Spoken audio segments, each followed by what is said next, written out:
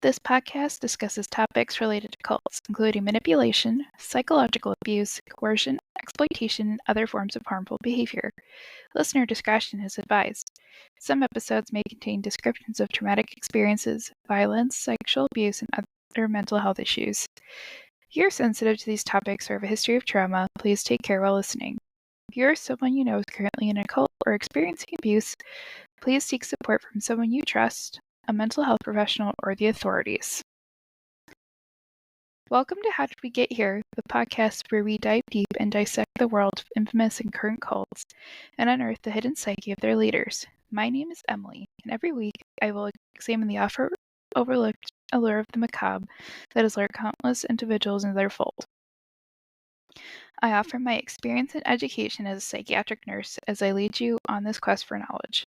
Together, we will delve into infamous cults like the Manson family, the People's Temple, and lesser-known ones that might just be springing up in your neighborhood. Questions about the Waco Siege raise more questions. How did we get here? How did the execution of a search warrant turn into the end times for 76 men, women, and children? Last week, I talked about the history of the Branch Davidians and what is the accepted version of what happened in Waco in 1993. This week, I'm going off on a tangent. I occasionally dabble in conspiracy theories, and the Waco Siege had some interesting ones. I also want to touch on what influenced this raid and what this raid influenced. As with Jonestown and other controversial religious sects, the First Amendment comes into question.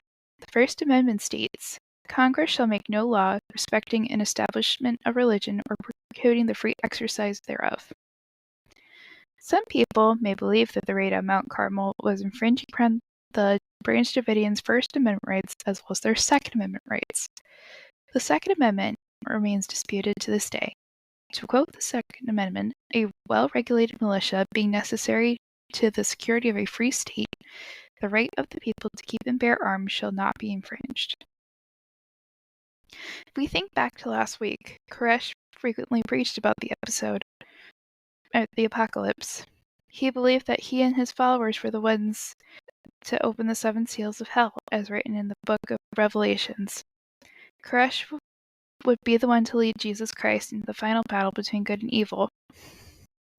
He firmly believed that the government was the force of evil from the Bible.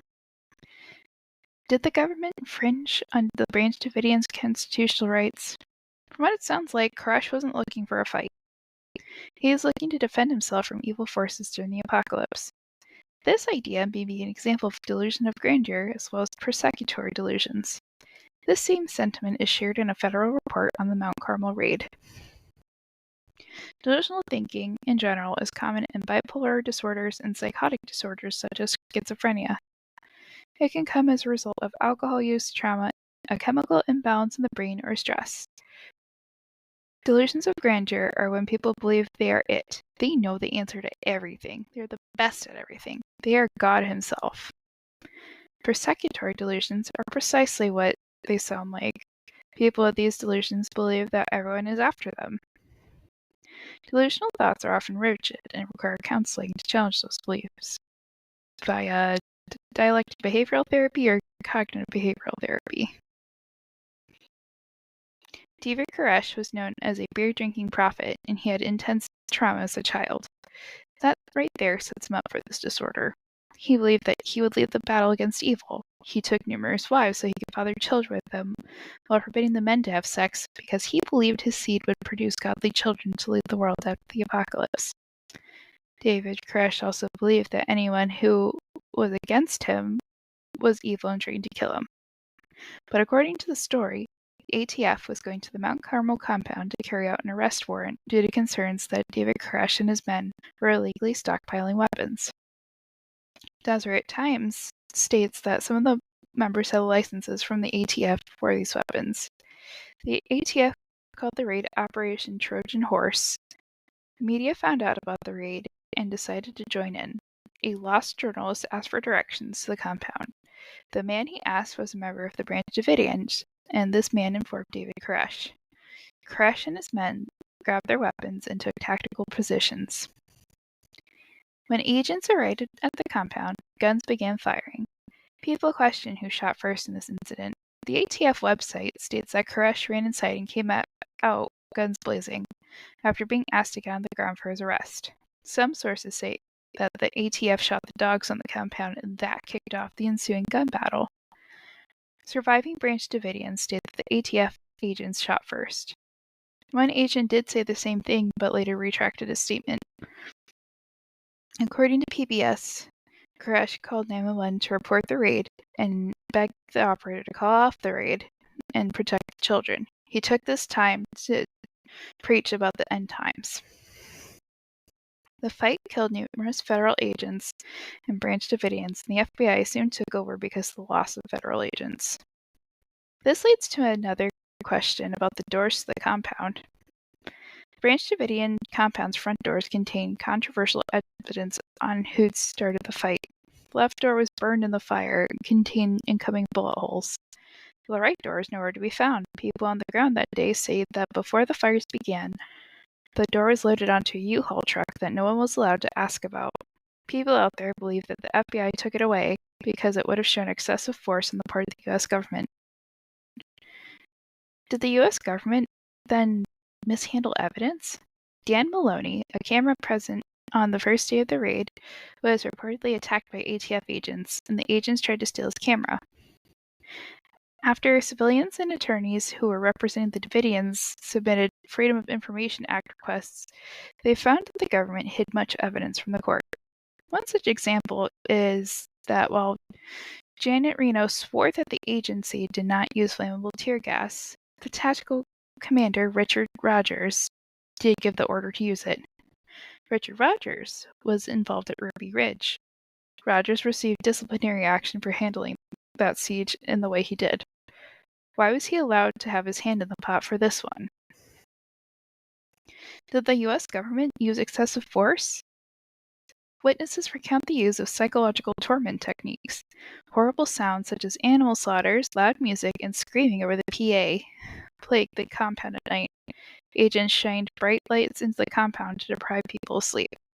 Some people even report agents showing their naked butts to the Davidians. The hostage rescue team also cut off electricity, phone, and water lines. When the government used these techniques, Koresh would get angry and stop complying with the agents, further escalating the situation. Before the final blaze on April 19, 1993, Janet Reno approved the use of tear gas in an attempt to get Davidians out of the compound. She claims to have done this to prevent ATF fatigue. She expressed concern that the children were being harmed and were not healthy because they had no electricity or running water. Cameras were smuggled into the compound so that the agents could see whether the children were clean. The recording equipment found that the adults had gas masks, but not the children. It is believed she approved the use of tear gas as a means of manipulating the children and their parents to get the children out of the compound. Bill Clinton approved her use of tear gas, but later stated that it was all Janet Reno's decision. It is important to note that before the siege, the United States signed the Chemical Warfare Treaty of 1993, which would ban the use of tear gas during wartime. Why turn around and use it on a compound with children in it? Janet Reno stated that she sought reassurance that the children would not be seriously harmed by tear gas. Tear gas is not overtly dangerous unless released in a closed building like a certain religious compound bunker. The last big question people ponder is who started the fires. According to an article by the Daily Beast, 61% of Americans believe that the government ignited the fires. The footage of the fires that day tell a different story. Fires broke out from 3 separate parts of the compound building. The FBI smuggled in recording equipment via milk cartons and captured conversations of life in the compound. Members asked when they would set the fires and how much gasoline they should pour. According to the official timeline, the fire started at noon that day. The tear gas was administered into the building before 7 a.m. that morning, so the tear gas would not have waited 5 hours to ignite. According to official reports, while pyrotechnic tear gas was set off in a pit, no pyrotechnic tear gas was released in the compound on the final day of the siege. One really wild theory exists out there that Bill Clinton wanted to use this situation to eliminate federal agents who had sensitive information on him. According to a story by the LA Times, the investigation into the cult and the raid had been planned long before Clinton became president. No matter what version of the truth occurred on that day, innocent lives were lost, and the U.S. government was involved. This damaged the people's trust in their government even further than before. Ruby Ridge started this anti-government sentiment. Ruby Ridge involved an ATF raid on the home of a man and his family. ATF agents had reason to suspect that Randy Weaver had illegal weapons. An informant talked to Weaver and convinced him to saw off a shotgun and sell it to him. This act gave the ATF enough to make a warrant and execute it. The ATF wanted to use Randy Weaver to get information on his neighbors who were part of the Aryan Nation. Weaver refused, and allegedly the ATF trumped up gun charges and had him arrested. Weaver failed to appeal for trial, believing he would not get a fair one. U.S. Marshals were sent to retrieve him. There was an 11-day standoff in which a U.S. Marshal and Randy Weaver's wife and son were killed. A hearing soon followed, which determined that the ATF should not have used the forces they did and trapped him by convincing him to show off. Ruby Ridge had people convinced that the government was not their friend. The Waco standoff had a butterfly effect of its own. Young Alex Jones was in high school during this siege, and it led to the Oklahoma City bombing. Timothy McVeigh carried out his attacks on Oklahoma City on the second anniversary of the Waco fire. According to the FBI website, McVeigh was an Army soldier who worked as a security guard. He rented a truck, filled it with explosives, lit a fuse, and walked away. The Alfred P. Murrah building in Oklahoma City exploded at 9:02 a.m. and killed 168 men, women, and children. They traced McVeigh to the rental company and found him in jail after an arrest for carrying a concealed weapon. They found the ingredients of his bomb on his clothes and arrested him for the bombing. His motive for this plot was to get back at the government for infringing upon U.S. citizens' rights, as displayed by their actions at Waco. Other cults cited Waco when planning their final end. In my episode on the Order Solar Temple, Jure and Demambra regretted not completing their transit to Sirius before the mass suicide at Waco. They aimed to be bigger than that fiery day. When Heaven's Gate leader Marshall Applewhite was concocting a plan for his group's mass exit of their vehicles, he first thought of goading the U.S. government into attacking the group. He mentions Waco in his videos made right before the mass suicides. The siege at Waco has a lot of questions that may never be answered, and there are so many conspiracy theories out there, and I just wanted to share a few of my thoughts on it. Thank you for listening to this special episode.